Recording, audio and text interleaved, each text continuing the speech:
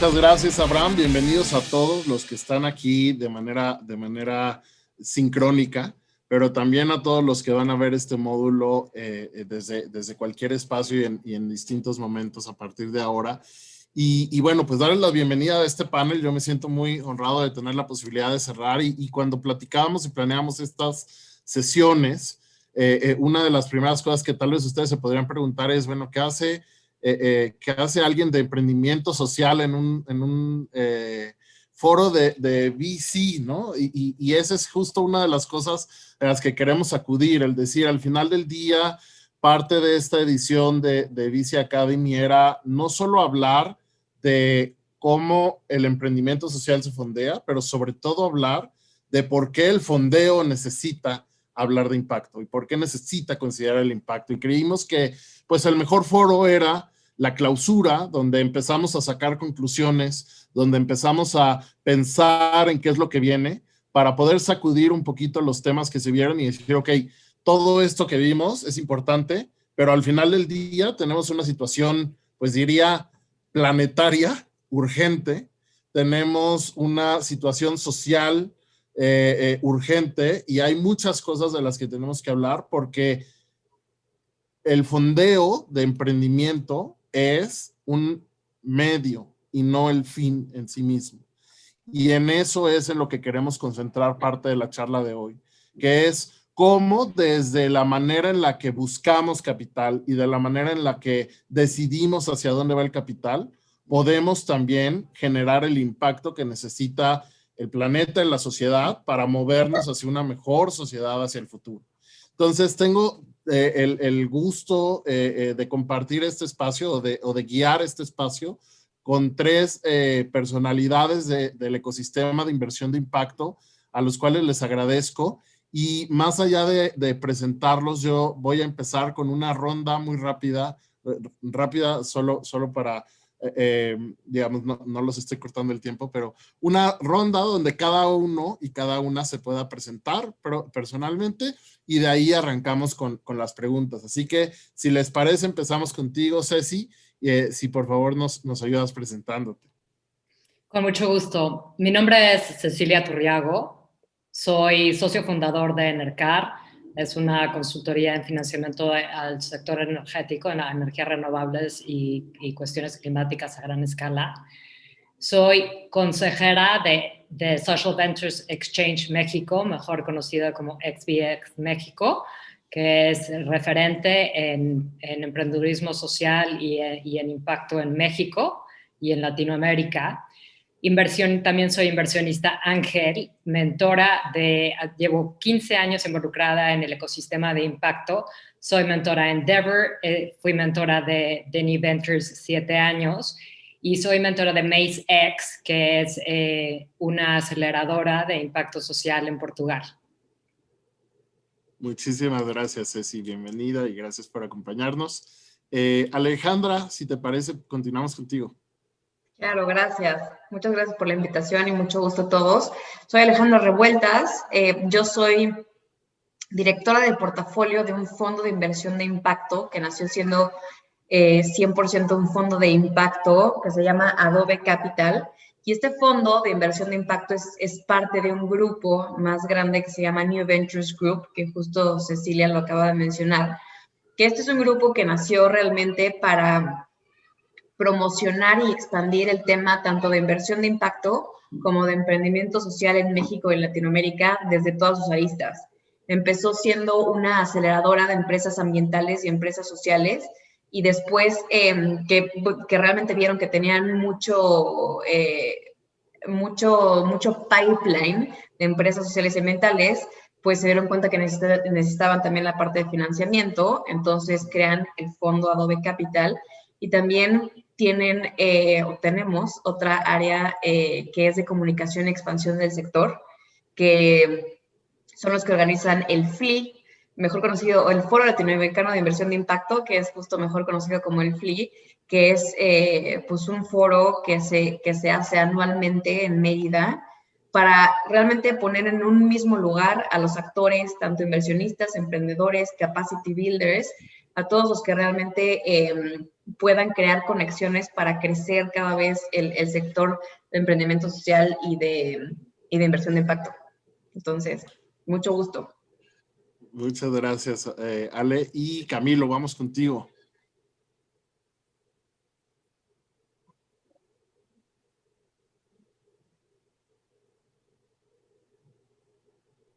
Estás esperando que se fuera el mute.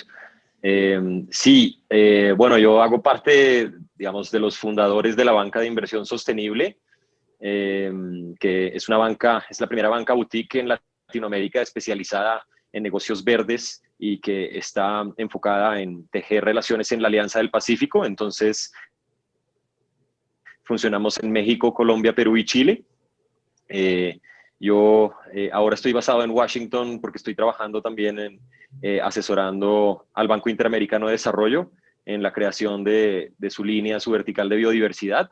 En tanto, la banca de inversión sostenible se ha especializado en la regeneración de ecosistemas y un poco en la transición de incluir el riesgo climático dentro de las inversiones, que bueno, que en el 2015 con el Acuerdo de París comenzó a hacerse más visible y en los últimos 5 años se ha vuelto bastante mainstream. Y ya tendremos un poquito más tiempo de hablar de cómo se ha convertido este ESG y todo este impacto yo creo que en lo que va a ser el corazón de la inversión en los próximos años.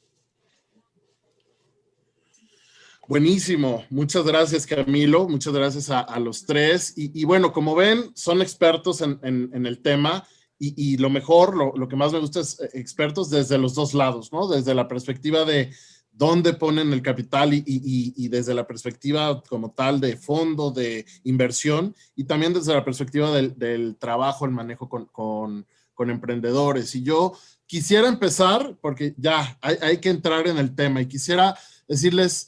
en los últimos años se ha vuelto cada vez más conocido, cada vez más popular, como decía Camilo, cada vez más mainstream el tema de emprendimiento de impacto, ¿no? Sí, pues la inversión de impacto.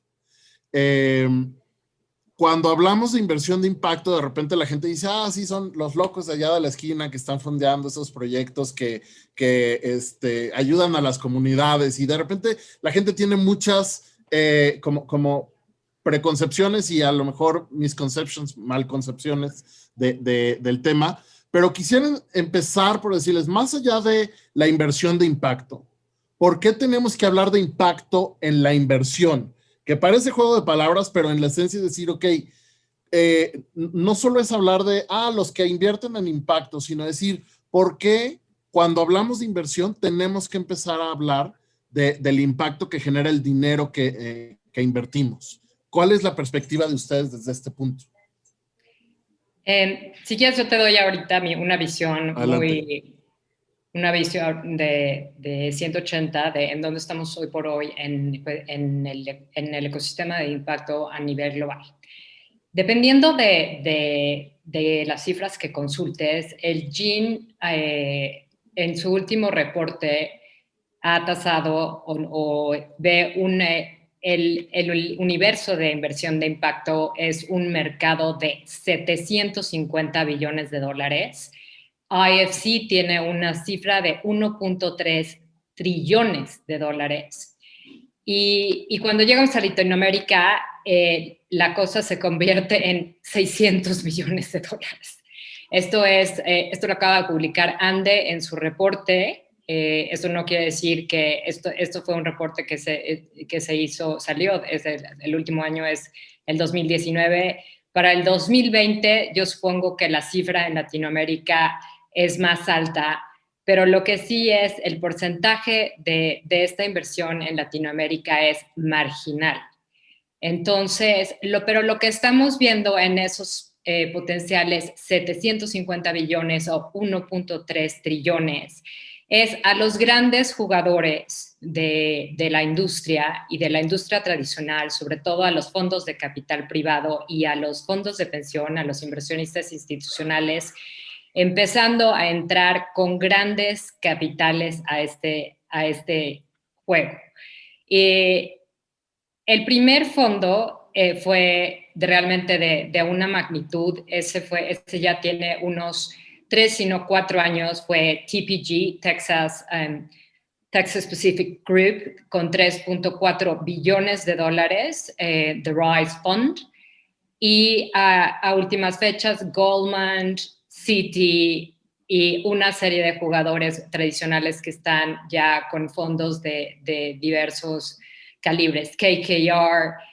Y a donde quiero ir con esto es que estamos viendo ya desde los Googles, Amazons, etcétera, con fondos de 200 billones que no hay forma, perdón, 200 millones que no hay forma de colocar en el ecosistema de impacto. Entonces, cuando tienes un fondo de 3.4 billones compitiendo con el de junto, que ahora es Brookfield, otro gran jugador en cuestiones de private equity en el mundo, o Apollo, que es un institutional investor, empiezas a preguntarte si realmente hay espacio o si están buscando ESG, que no es precisamente impacto. Excelente. Y yo creo que nos da una excelente perspectiva de decir, bueno, de entrada, no estamos hablando de un ecosistema pequeño, ¿no? Estamos hablando de algo que se ha desarrollado grandemente y que además es lo que trae tendencia en la industria, ¿no? Otro, no sé, Alejandra, sí, por favor. Joshua, perdona adelante. Si no, pues como agregar de pronto algo que se me quiere salir así de la boca, justo oyendo a Cecilia, porque es que la transición que venimos viendo en el mercado y la podemos también ahora ver con los acuerdos comerciales de la Unión Europea, donde cada vez las restricciones o las expectativas, digamos, a la manera en que se van a dar las inversiones, a la manera en que se van a tasar los acuerdos comerciales, lo que tradicionalmente conocíamos como criterios de impacto, se están convirtiendo ya en los criterios, digamos, mínimos de bajar el riesgo y de permitir, digamos, estos acuerdos comerciales. Entonces, por ejemplo, Ceres también, que es uno de los gremios más grandes que maneja $3 trillones desde los inversionistas institucionales, cada vez más lo ves de financiación, de desinvertir en economías extractivas, por ejemplo, ¿no? Igual que los bancos de desarrollo. Ya el Banco Interamericano, el Banco Mundial se han comprometido también en desinvertir de esos negocios tradicionales. Y yo creo que algo que quisiera poner en la mesa desde ya es que cuando estamos hablando de impacto no estamos hablando únicamente de la generación de empleo. Estamos hablando justamente de cómo integramos internalización. Entonces, ¿cómo medimos ese impacto? Yo creo que es como lo interesante, y hay muchas vertientes. Pero lo que quería, digamos, como underline a lo que dice Cecilia, es que cada vez más los grandes jugadores, están entrando a esto que veíamos antes como un sector marginal, y estamos lejos de unos criterios básicos de generación de empleo como algunas veces o la mayoría de países aún lo siguen midiendo, ¿no? En sus políticas nacionales.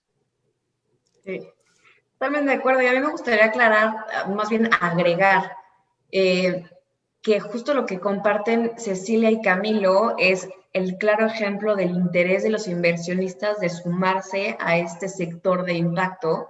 Y el por qué, creo que me voy a regresar unos pasos atrás de inclusive cómo nació o por qué nació el sector de emprendimiento social y de inversión de impacto. Realmente el emprendimiento social nace de una necesidad de atacar o de mitigar o apoyar, ¿no? O soportar más bien problemáticas sociales o ambientales que simplemente con el dinero de una fundación a veces no puede ser sostenible en el tiempo, en el sentido de que la filantropía es excelente y la filantropía jamás debe ni puede desaparecer, pero hay ciertos temas de impacto social y ambiental que pueden ser abordados desde una perspectiva privada, desde el sector empresarial y de inversiones. Entonces, ¿qué es lo que logra o qué es lo que intenta lograr este sector? Es, oye, una vez que un filántropo o que una fundación tenga que cambiar por alguna razón sus tesis o sus políticas de financiación a otra temática, no sé, puede ser que esté apoyando el cambio climático y después cambia sus políticas y, oye, ahora tengo que apoyar a mujeres, ya no tengo tanto dinero. Y otra opción también es que pasa un desastre natural, entonces tienen que enfocarse al 100% en ayudar a ese desastre natural. Entonces, ¿qué pasa con las fundaciones que están dedicadas al 100% a ayudar a mujeres? O, no sé, a temas sustentables, se quedan sin recursos, ¿no? Entonces, el punto del emprendimiento social es crear estos modelos de negocio que ayuden a mitigar el riesgo que crea una problemática social o ambiental, que sea de forma sostenible, autosostenible y autosustentable financieramente y escalable en el tiempo. Entonces, con base en esto, se crea pues todo el sector de emprendimiento social y obviamente los inversionistas de impacto, quienes son los más interesados en apoyar estas iniciativas o estos proyectos para que sean financieramente sostenibles. Entonces, creo que eso es muy importante y también algo que se conoce mucho en el sector, que es algo que se llama valor compartido. Y los muy expertos en este tema de valor compartido lo que dicen es que, pues, ¿dónde están los recursos financieros o la mayor cantidad de los recursos financieros del mundo? Pues en el sector privado, ¿no? Y en el sector de inversiones. Entonces, no es que no haya, sino que están en el sector privado. Entonces, si están en el sector privado, oigan, pues hay que entrar en ese sector, pero con esta temática, con esta mentalidad de ayudar o apoyar una problemática social o medioambiental. Entonces, por eso es que crece todo este sector, y por eso los ejemplos de Cecilia y Camila son súper relevantes de cómo estos inversionistas están empezando a cambiar el mindset para apoyar estas iniciativas. Eso por un lado, y por el otro lado es que creo que ya como humanidad nos estamos dando cuenta que nosotros mismos estamos causando efectos negativos tanto a la sociedad como al medio ambiente, ¿no? Entonces, de hecho, en términos medioambientales, hoy por hoy el planeta está en un déficit sustentable. Eso quiere decir que somos muchas más personas en el mundo de las cuales que el mundo puede realmente crear recursos naturales para que nosotros vivamos. Y eso mucha parte es por negocios extractivos, que como bien Camilo lo decía, se ha ido deteriorando con los años. Entonces, creo que ahora la importancia de agregar el impacto a las inversiones no es, oigan, hay que dejar de hacer negocios, oigan, hay que dejar de hacer inversiones, para nada. Simplemente son inversiones que tienen que estar alineadas y conscientes a nuestra actualidad y a la realidad, tanto ambiental como social. Entonces, creo que es súper importante también que cada vez se socialice más el tema de que el impacto y las inversiones no están peleadas. No tiene que ser una cosa como filantropía y otra cosa como inversión, sino que pueden converger hasta cierto punto y crear ese tipo de inversiones sustentables o inversiones sociales. Clarísimo. Cecilia, ¿quieres comentar algo? Sí, yo quisiera también dar contexto, o poner en contexto lo que acaba de decir Alejandra. En los 90s se crea este concepto que se llama Triple Bottom Line, People, Profit, Planet. Y este People, Profit, Planet, a través de los años, lo que se empieza a ver, y realmente el promotor número uno de este movimiento, ya a lo que llamaremos gran escala, es la Fundación MacArthur. La Fundación MacArthur ve precisamente, y es una de las fundaciones de los endowments más activos y más grandes del mundo, ve precisamente que ya hay un espacio para ese triple bottom line y que ya nadie está haciendo aquí caridad, que los negocios son rentables. Entonces, ¿qué es lo que hace? Dice, voy a poner $1 billón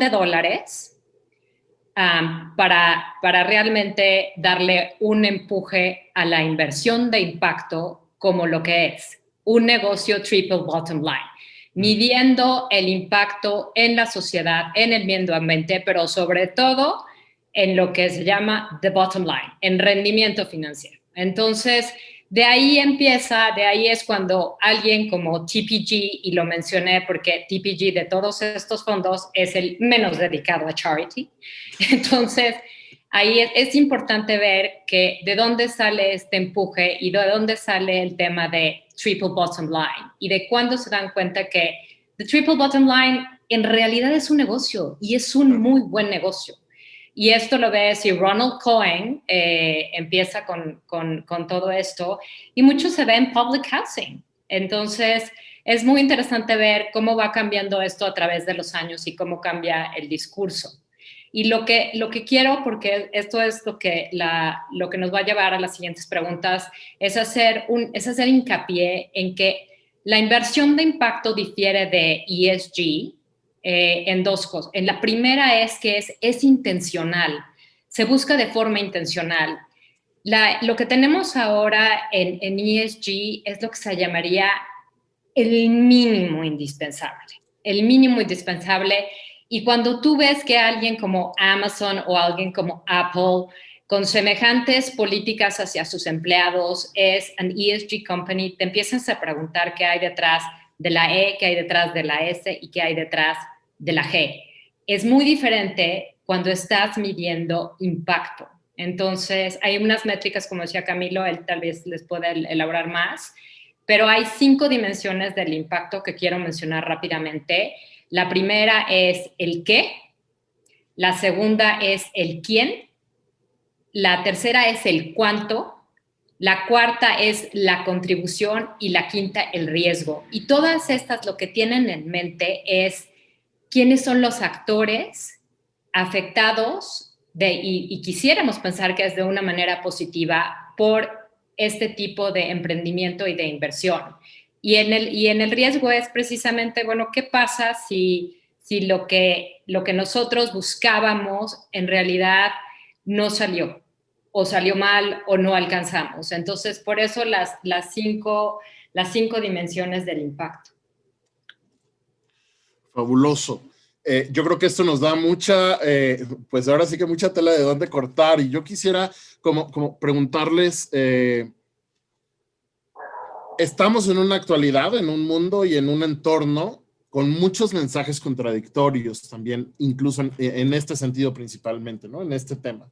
Porque por un lado tenemos, voy a decirlo de una manera muy políticamente correcta, gobiernos en América que hablan de negar el cambio, la crisis climática, porque ya no es cambio climático, la crisis climática, de invertir como proyectos nacionales en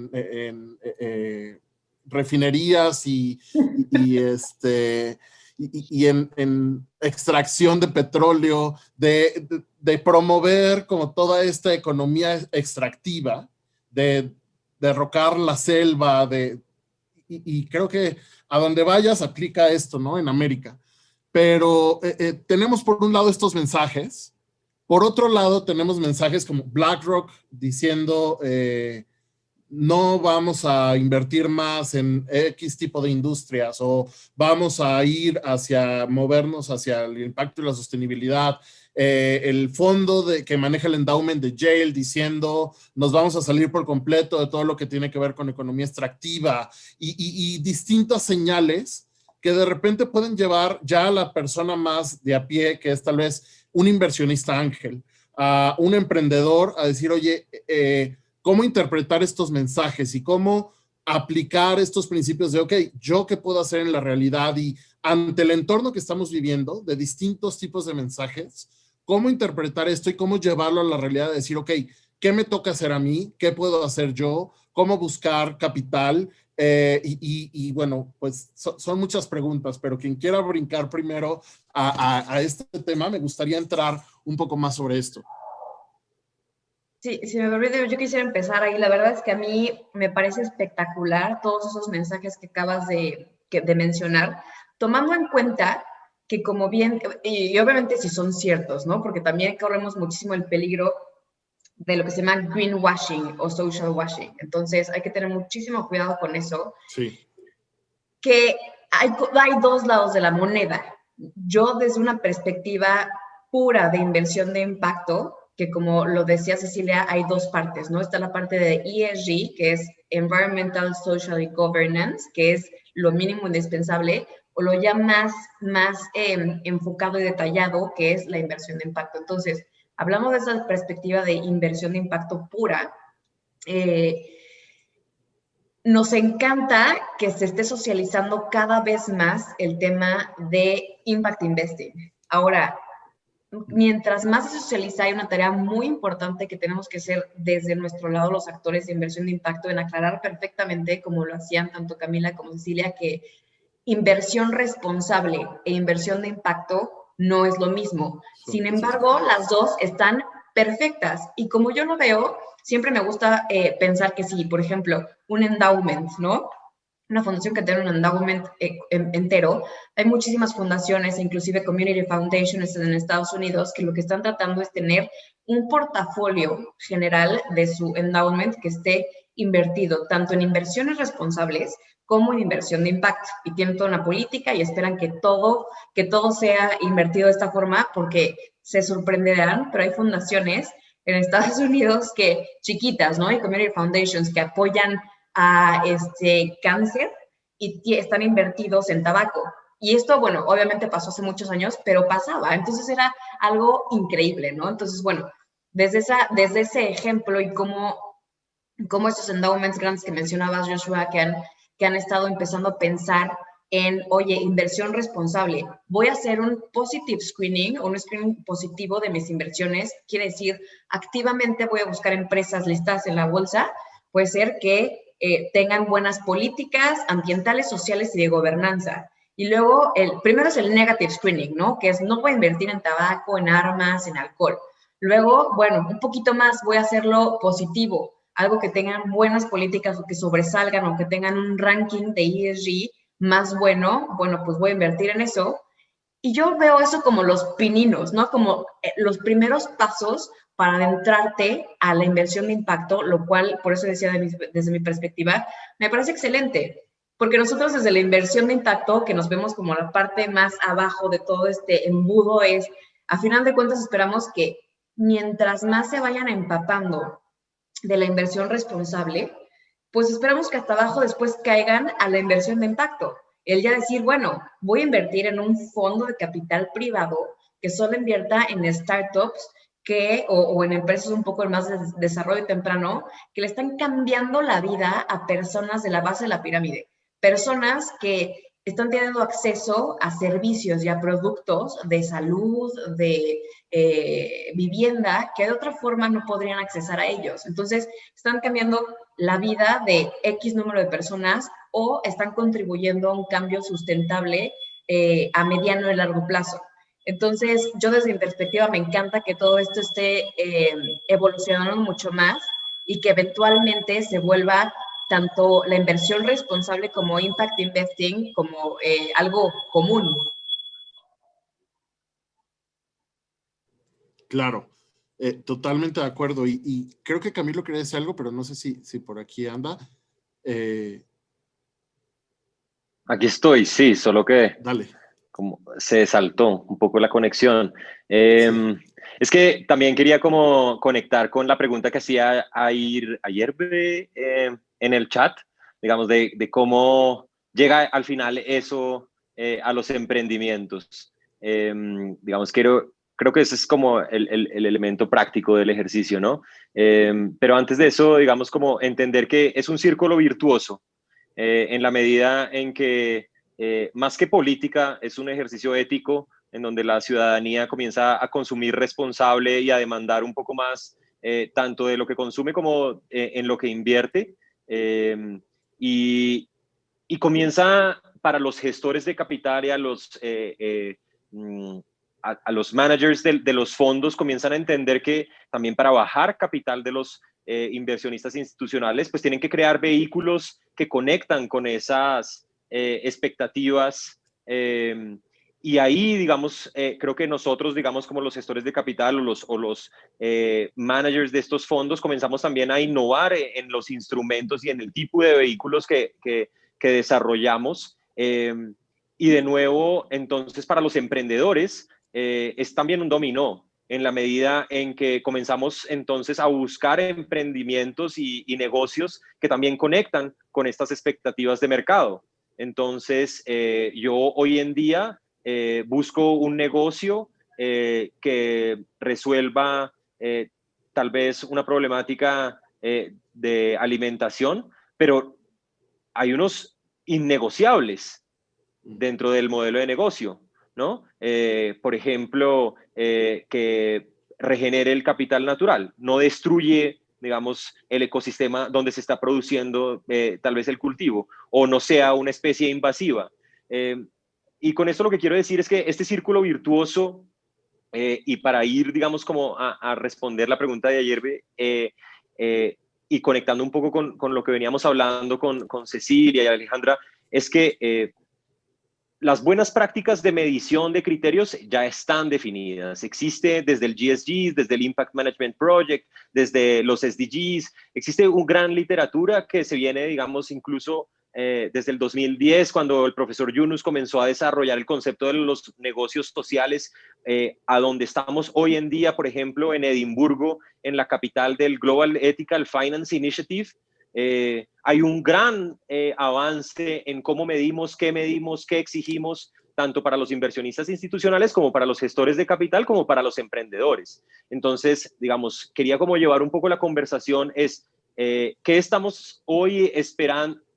A veces esto es divertido, pero para nosotros que estamos sentados buscando los proyectos, no encontramos los proyectos que responden a estas necesidades. El problema no es el recurso, hay abundancia, hay tanta abundancia, pero no existen los proyectos que realmente responden a las necesidades y con los criterios y con las métricas que ya el mercado está exigiendo.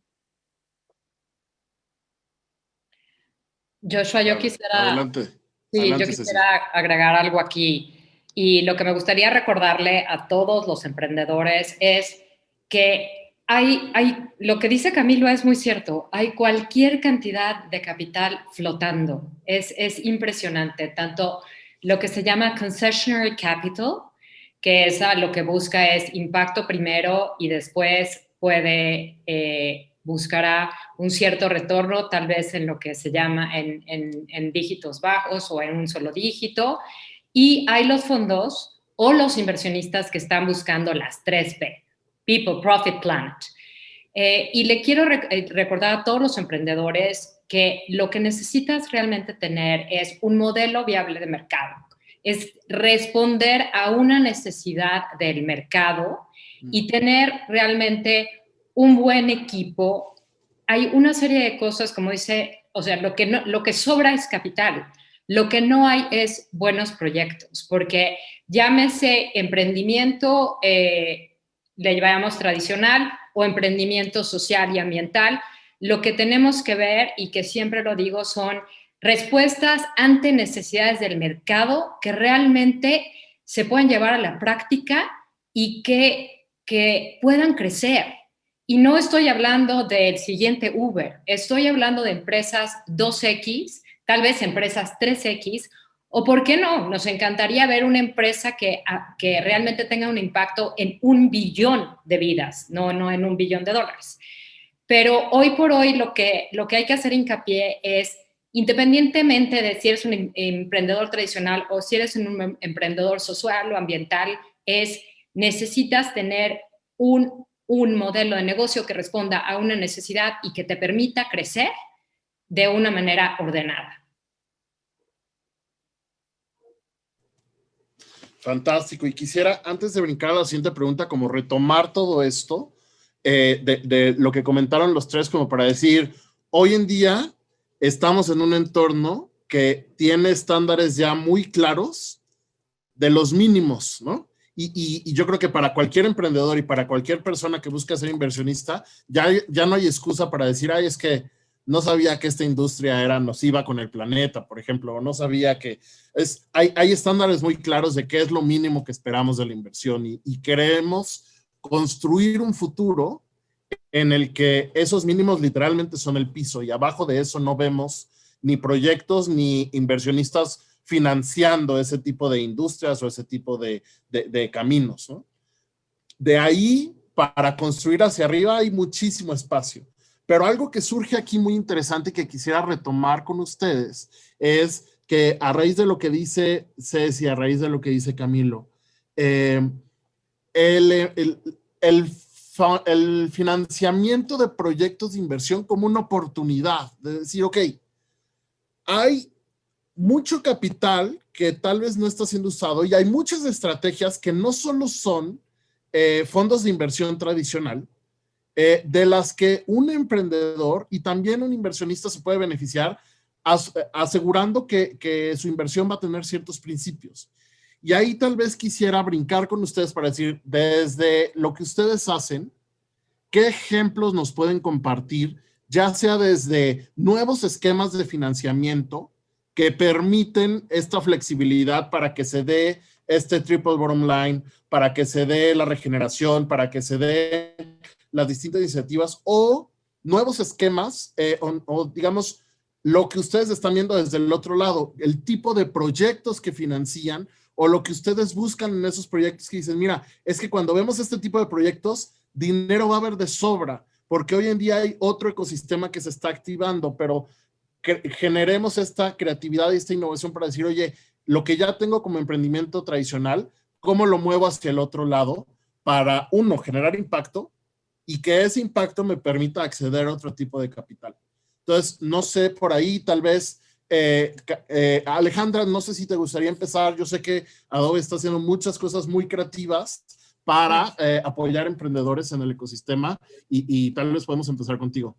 Claro, qué bueno que dices la palabra creativas, porque yo siempre digo que, ¿quién dice que los financieros no somos creativos? Porque claro que, por supuesto, para este tipo de retos tenemos que ser creativos para crear diferentes estructuras de financiamiento. Entonces, como bien dijiste emprendimientos tradicionales y emprendimientos de impacto.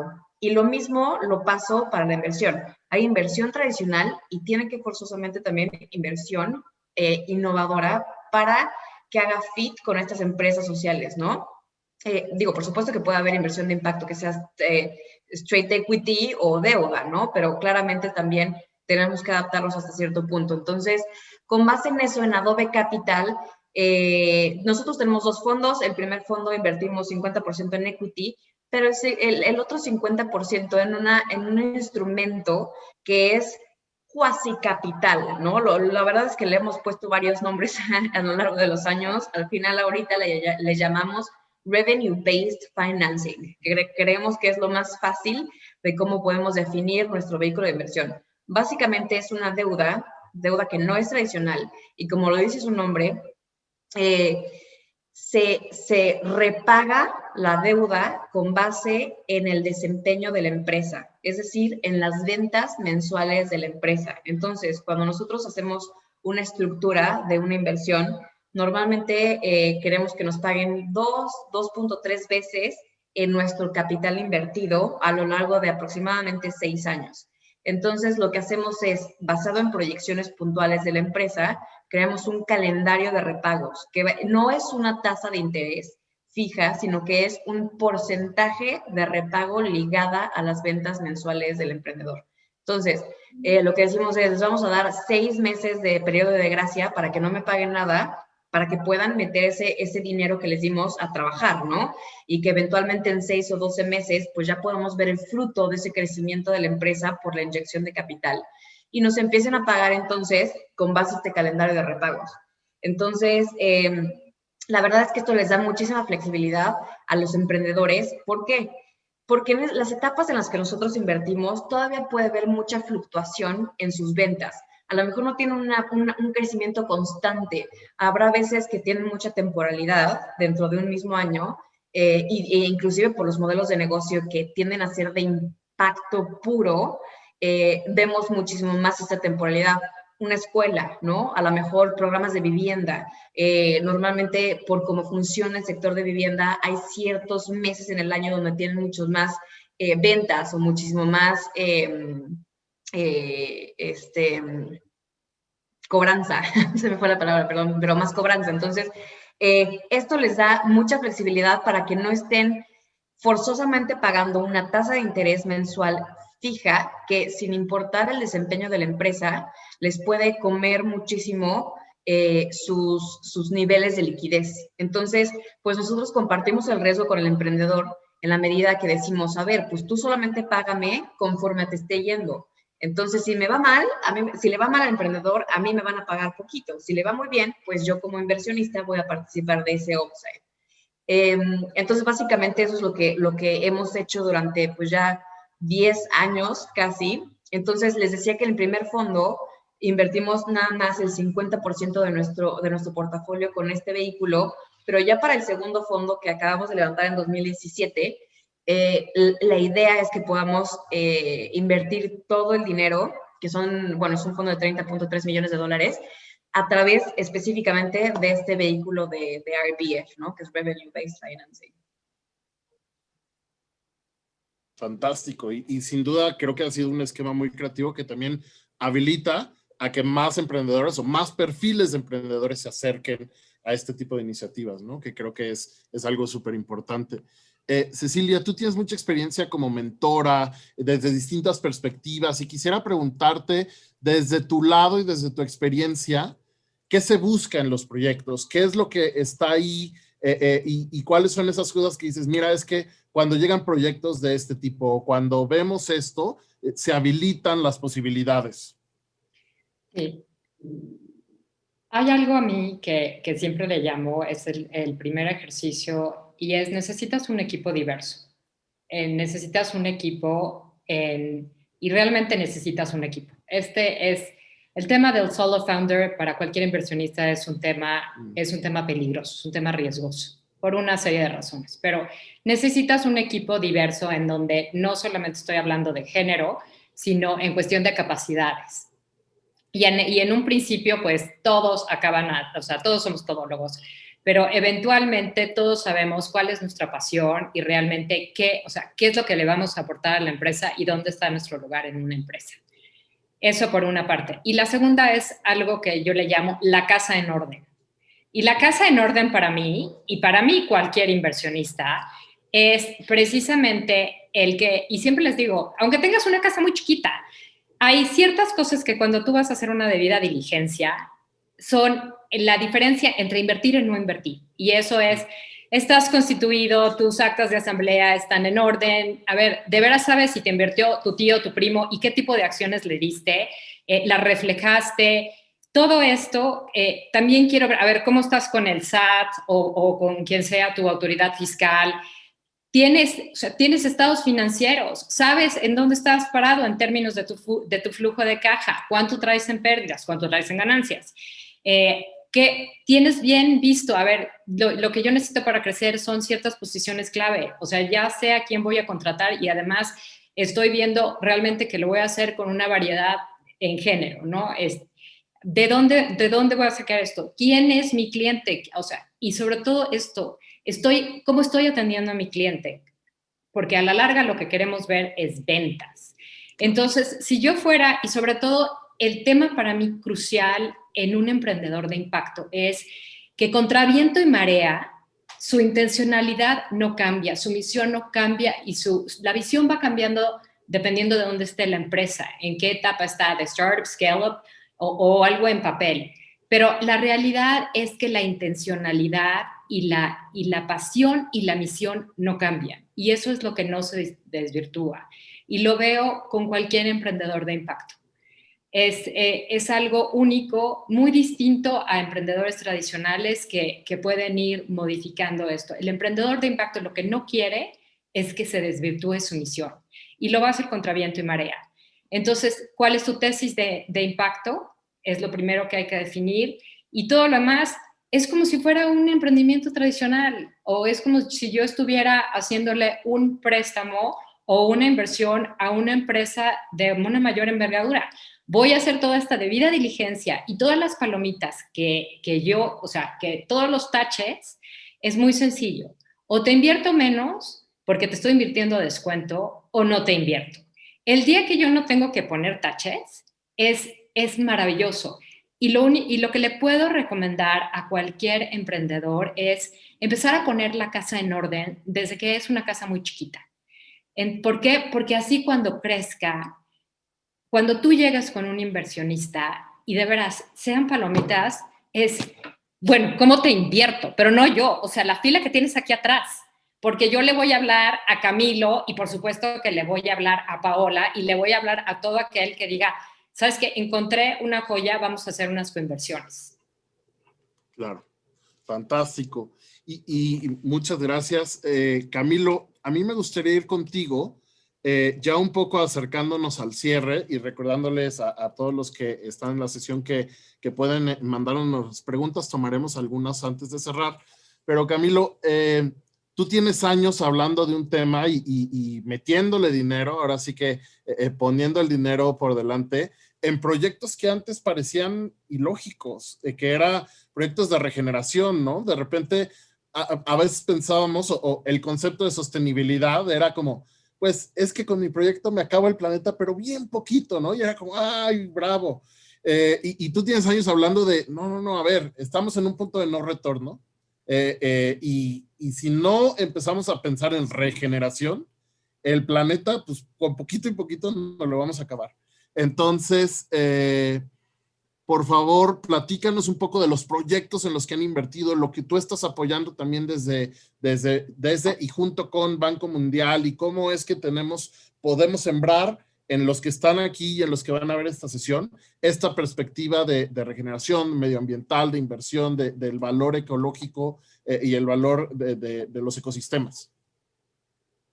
Vale, pues mira, arranco como con una historia, o sea, en el 2017, cuando estaba yo trabajando con el profesor Yunus, viendo el potencial de los negocios sociales en América Latina, la discusión de la sostenibilidad seguía siendo pues algo tan lejano, ¿no? Y hoy en día, para algunos, lo sigue siendo, sobre todo la banca comercial tradicional, que por ejemplo no recibe como garantía unos créditos de carbono, por ejemplo, ¿no? De un bosque. Y eso, digamos, para los que ya llevamos un tiempo trabajando en estos temas, pues lo vemos, es como un absurdo, porque están perdiendo una oportunidad de dinero. Realmente es eso. Lo que está sucediendo es que la política está actualizando también, digamos, la manera en que hacemos negocios, y eso lo que se convierte es en más oportunidades de hacer dinero también. Y a mí no me da miedo ni me da pena decir que nos gusta hacer dinero. O sea, nos gusta resolver problemas, pero nos gusta hacer dinero. Y cuando hemos encontrado oportunidades de generar recursos a través de la captura de carbono o a través de la regeneración de especies, porque entonces si antes hablábamos de créditos de carbono, hoy ya estamos hablando de créditos de biodiversidad. Y esto todavía sigue siendo quizás un tabú para la banca tradicional, ¿no? Y ahí es cuando Jaguar, quería, ¿no?, como volver un poquito a la pregunta que le hacías a Alejandra sobre las innovaciones. Yo creo que la respuesta de Alejandra sobre las innovaciones financieras en el deployment, que este revenue-based loan con un multiplicador ya es una de las buenas prácticas, digamos, que se han adoptado en el deployment. Pero yo creo que hay un gran espacio también en cómo bajamos los recursos de los inversionistas, porque yo creo que ahí también tenemos que innovar. Y, por ejemplo, VC Academy también podría tener espacio, digamos, para innovar allí y adoptar plataformas de blockchain, de crowd investing, ¿no? De gente, por ejemplo, que también está interesada éticamente en restaurar un bosque en Chiapas, ¿no? Y de regenerar el corredor del jaguar, ¿no? Y que hoy en día ya genera bastantes recursos y que existe una demanda muy atractiva de estos créditos de carbono y créditos de biodiversidad en el mercado asiático y en el mercado europeo. Como te decía, digamos, por ejemplo, cuando tú lees el Green New Deal de la Unión Europea, en todo lado puedes comenzar a subrayar, digamos, cómo los negocios que van a tener prioridad, y no solo prioridad, entrada, son aquellos que tienen estos indicadores de regeneración de biodiversidad, de alineación con el Acuerdo de París. Entonces ya no estamos hablando, digamos, de algo marginal, tanto así que yo incluso podría llegar a decir, solo por poner un poco más caliente la conversación, es que ya no existen los emprendimientos tradicionales, ya los inversionistas tradicionales ya tampoco existen, ¿no? Lo que antes llamábamos tradicionales es un old school que ya tiene un riesgo tan alto que son activos tóxicos en el mercado. Una plantación de soya en la frontera agrícola en Brasil, hoy en día nadie quiere tocar eso, nadie quiere invertir, nadie va a comprar, eso no tiene salida por ningún lado. Cargill está aquí encartado con ese asunto, ¿no? Y creo que también cada vez más que tenemos este tipo de espacios y vamos conectándonos entre los emprendedores, los inversionistas, también podemos ver a través de los discursos populistas también, porque si algo nos caracteriza en el sector privado es que logramos navegar a través de los diferentes gobiernos y logramos crear proyectos mucho más trascendentes y con más tiempo. Lo que ha hecho New Ventures no solamente ha sido importante para México, sino para América Latina. El FLI se ha convertido en un foro para toda la región y ya atrae inversionistas a nivel global. Pero para no quedarme infinitamente en la palabra, recomendaría como dos cosas como para cerrar, ¿no? Este año del COVID nos ha enseñado muchas cosas, como que esto no es un juego. La pérdida de biodiversidad y la destrucción de los ecosistemas no es un hippie hugger deal. Realmente es un tema de o asumimos ya unos protocolos ambientales y unas inversiones con estas características o esto apenas lo que hemos vivido pues se va a poner peor. Entonces, por ejemplo, el Dasgupta Review que se ha publicado recientemente y que muestra, por ejemplo, la transición de los ministros de finanzas a nivel global, de cómo también los gobiernos están entendiendo qué subsidios están destruyendo el planeta y cómo acabar esos subsidios y moverlos hacia otras economías. Esto es un tema de celeridad que en menos de un año va a cambiar completamente la economía. Y de nuevo, repito, el Banco Interamericano de Desarrollo ya cerró todo tipo de inversión en extractivas y carbón, por ejemplo. Hoy en día no hay ninguna financiación para un tipo de proyectos de esos. Entonces, por más que queramos insistir en ese tipo, digamos, como de negocios, yo creo que hay hoy tantas oportunidades en proyectos tan bonitos, tan rentables, que no hace sentido, digamos, hablar de emprendimientos tradicionales. Me encanta esa conclusión, Camilo. Cecilia, me gustaría pasar contigo también como una suerte de conclusión sobre estos temas, tal vez ahora sí que hacia donde tú lo quieras enfocar, a las oportunidades o a las cosas que se pueden hacer, pero por favor, guíanos un poquito sobre tus conclusiones. Sí, yo quisiera puntualizar sobre lo que dijo Camilo. Efectivamente, estamos en la etapa de regeneración. Lo que primero tocaban es, hay 9 límites planetarios, desafortunadamente ya sobrepasamos 4. Tenemos el reloj contando y ya es una cuenta regresiva. El tema de los polos no es menor. Entonces, la Unión Europea ha hecho un esfuerzo masivo, no solo por la economía, porque todo esto, a 1.3 trillones que acaban de emitir en deuda, está destinado a la economía azul, a la conservación de los océanos, a todo lo que es realmente limpiemos los océanos, aprovechemos ese plástico, o sea, toda la economía, toda la transición a una economía verde. ¿Y qué significa esa economía verde? Todo lo que tenga que ver con cuestiones climáticas, con alimentos, con ingeniería de materiales. Hagamos algo ¿no? con la basura. La basura es una mina de oro, lo sabremos en este país. Entonces, con ingeniería de materiales, ¿qué podemos hacer? O sea, aprovechemos nuestros bosques, aprovechemos a la naturaleza, o sea, en vez de destruirla. Entonces, pero también en cuestiones sociales no solo se trata de la base de la pirámide, seamos realistas, el 50% de los consumidores del mundo son mujeres y sin embargo estamos en el 5% de la toma de decisiones. Entonces, esto a la larga hay que tenerlo muy presente y no lo puedo enfatizar lo suficiente. A mí, cuando me llaman ahora, ¿invertirías en nosotros? A ver, me encanta la empresa, fabuloso, cambio climático. A ver, cuéntame, ¿cómo está conformado tu equipo? 3 somos, ok. ¿Tu equipo ejecutivo? Somos 4 chicos, ok. ¿Cuántas mujeres hay en la empresa? Nuestra asistente. ¿Qué te parece si me llamas cuando tengas un equipo más diverso? Porque te estás perdiendo el 50% del mercado y yo como inversionista pues no estoy dispuesta a invertir en una falta de diversidad. Entonces hay que tenerlo muy presente. No solo es la parte regenerativa, sino también la parte de la diversidad y de realmente el piso parejo para la cuestión de género. Y como decía Camilo, hoy por hoy no hay inversionista institucional, no hay lo que se llaman asset owners que no esté exigiendo cuotas de diversidad.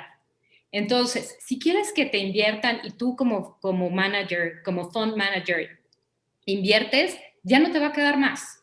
Entonces, se los comentamos tanto como inversionista ángeles, inversionista, ahora sí que fund managers y aquellos que son LPs, limited partners, que son ahora sí que los grandes fondos de pensión, la banca de desarrollo. Hay ciertas cosas que quieren ver, que no haya ningún tipo de destrucción de la biodiversidad y también que haya diversidad de género y diversidad racial. Entonces, esto es algo que les quiero dejar a nuestros emprendedores y a nuestro público. Fabuloso. Alejandra, por favor, un poco de tus conclusiones. Claro, gracias. Yo la verdad súper cortito, short and sweet, y creo que hoy, después de lo que hemos platicado, la visión de negocios ha cambiado realmente, de una forma exponencial. Entonces creo que si aquí algunos, me imagino que muchos tomaron clases de negocios y cuando éramos mucho más chicos y nos decían, hay que aprenderse la definición de qué es una empresa. Y nos aprendíamos qué es una empresa y nos aprendíamos cuál es el objetivo de la empresa. Y si nos lo aprendimos bien, el objetivo de la empresa hace muchos años era maximizar el retorno para los accionistas. Y eso era el objetivo por el cual una empresa existía. Hoy por hoy, eso es inaceptable. Entonces, lo que hablamos desde la parte de inversión de impacto y emprendimiento social, y que esperemos que esto se haga mainstream, como decía Camilo, pero ya que no nos interese mucho una inversión que sea extractiva, es cuál es el objetivo de una empresa, es maximizar el retorno social, ambiental y financiero. Y para eso, los emprendedores que empiecen a hacer ese tipo de proyectos, ese tipo de empresas, tienen que ser muchísimo más estratégicos para poder abarcar, si se puede, las 3, el triple bottom line, y si no, por lo menos mínimo 2, que es social financiero o ambiental financiero. Entonces, creo que súper importante que por lo menos todos los que estemos aquí nos quitemos esa definición que nos aprendimos de memoria de chicos de cuál es el objetivo de una empresa. Hoy en día, el objetivo de una empresa es maximizar los 3 retornos. Fantástico. Muchísimas gracias a los 3. Creo que ha sido una conversación muy interesante, muy enriquecedora, reflexiva, que nos deja mucha tarea y que al mismo tiempo nos deja mucha esperanza de pensar en que podemos generar una nueva realidad, podemos hacer que pase de moda todos estos conceptos arcaicos que nos han llevado hasta donde estamos hoy y que nos toca a nosotros poner actividad para que lo que nos espera a futuro sea diferente, pero hay mucho trabajo que hacer para que eso suceda, ¿no? No solo son buenas intenciones y desde donde estamos podemos hacer mucho. Eso es parte de lo que yo me quedo de platicar con ustedes. Les agradezco muchísimo.